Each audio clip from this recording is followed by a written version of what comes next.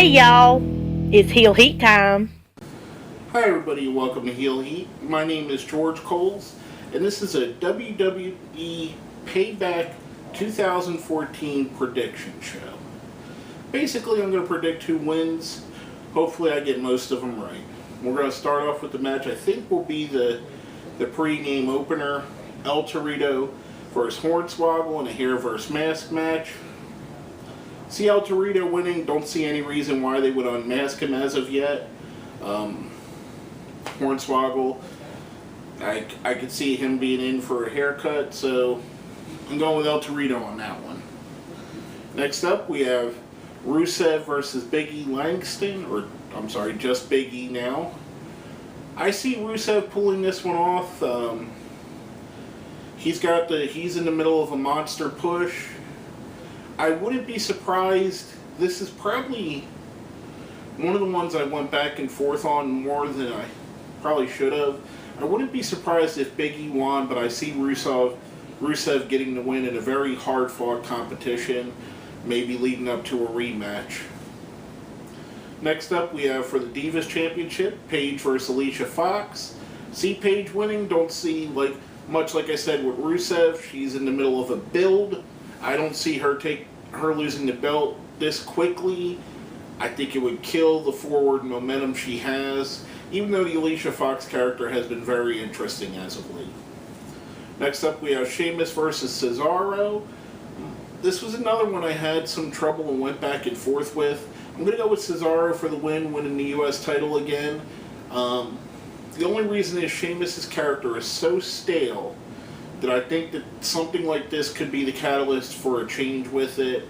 Maybe he goes on to being part of Evolution, as it's been rumored, or just turns heel in general, but I think he needs to have a little bit of a gimmick change, and this might, like I said, might be the catalyst. Next up, we have Bad News Barrett versus Rob Van Dam for the Intercontinental title. No reason to think that Bad News Barrett won't win. Rob Van Dam's kind of in the role right now of putting over the younger talent, which kudos to him for doing that. A guy of his skill and his stature in the ring definitely gives a rub to the younger guys. I see the Bad News Barrett train keep rolling down the tracks. I believe he'll be a long-running Intercontinental Champion, and I believe by Royal Rumble he'll probably be in the world title picture. Next up, we have a last man standing match, John Cena versus Bray Wyatt. This is another hard one to call, folks. We all know at some point John Cena has to win or is assumed will win. I don't think this is it, though. I think the Wyatt family takes Cena out. I think the numbers get to him. I think maybe the Uso brothers don't get down in time to save him from a beatdown. I don't think he answers a count. I think we're going to see John Cena lose to Bray Wyatt yet again and build another, just an amazing career going so far for Bray Wyatt.